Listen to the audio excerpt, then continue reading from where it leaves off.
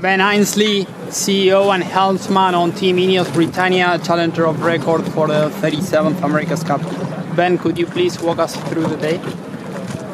Yeah, it was a good day out there. It started off quite light winds and a few rain cells around, and then actually died off a little bit more to 6-7 knots before building in with a gentle afternoon sea breeze. So great conditions in Barcelona. Really nice actually to see the local racing fleet out doing some competition as well, so plenty of action out on the bay. Today back to the new rudder after using the legacy one for a couple of days. How did it feel? Yeah, the new rudder felt good. Yeah, we obviously made some modifications to that, and that was working well, so big improvement in the performance and the balance and feel of the boat, so we were happy with those trades. Are you planning to stick to this rudder from now on?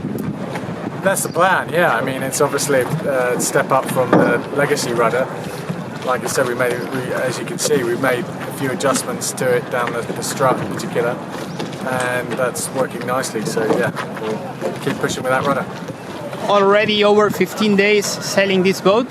Which differences have you found in between the predictions, performance coming from the simulator against the reality on the water?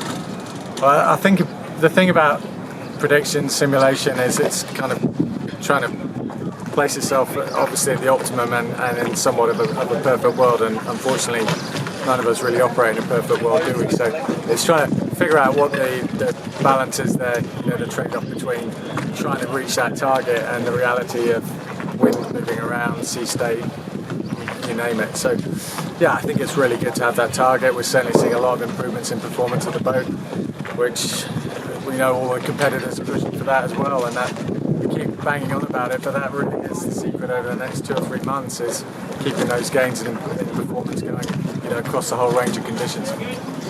I guess at this stage you have studied the boat of your opponents really well, and you also had some small interactions on the water.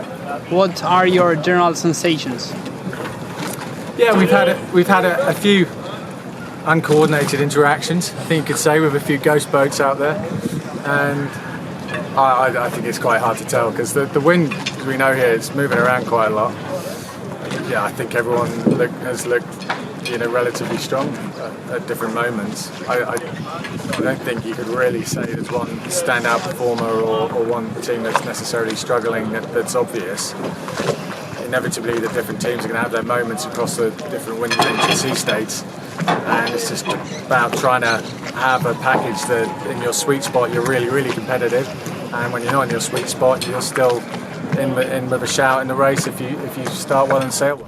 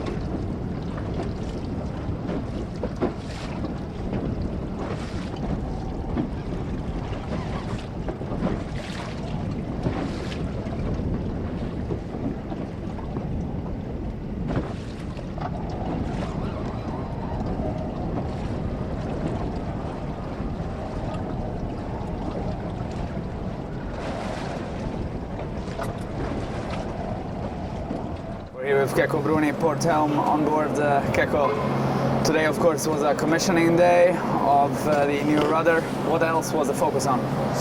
Well, obviously the rudder was the big focus of the day, but we were very interested in different techniques in lighter wind. In this period in Barcelona, we always had good breeze, so we are happy to have some marginal conditions and try different techniques of maneuvers. So pretty happy with the day. We are very satisfied. Can you talk us through those drills seen also on Thursday where you're crossing the line on port tack fast? Yeah, I mean, it could happen that you want to have a port start and you need to train. It's more unusual, but we want to also check if there is any asymmetry on the boat, starboard and port. So I think every drill we try to make it on both sides. It's as simple as that. Keko, you exchanged some moments sailing with the British Challenger. What did you see on them? Well, we were just sailing on the race course, and obviously it's a busy area, and they were crossing at times on starboard, we were on port, so not very easy to draw any conclusions. And also the wind was super marginal, so sometimes we were dropping off the foils, and other times they were dropping off the foils. So I would say that it was just a busy area today. There was a fleet race of big boats around, so just a busy piece of water today. Yeah, some tacks ended Halborn. It seemed like the rudder would ventilate. Can you confirm that and comment? Yeah, well, we were trying obviously to push the rudder as much as we could, so to rotate the boat fast. And when you try to push, I mean, it's quite normal that it let go. Especially, I mean, when you do it in light wind, you know that it's not going to be a big problem. So it's the perfect moment for pushing a foil.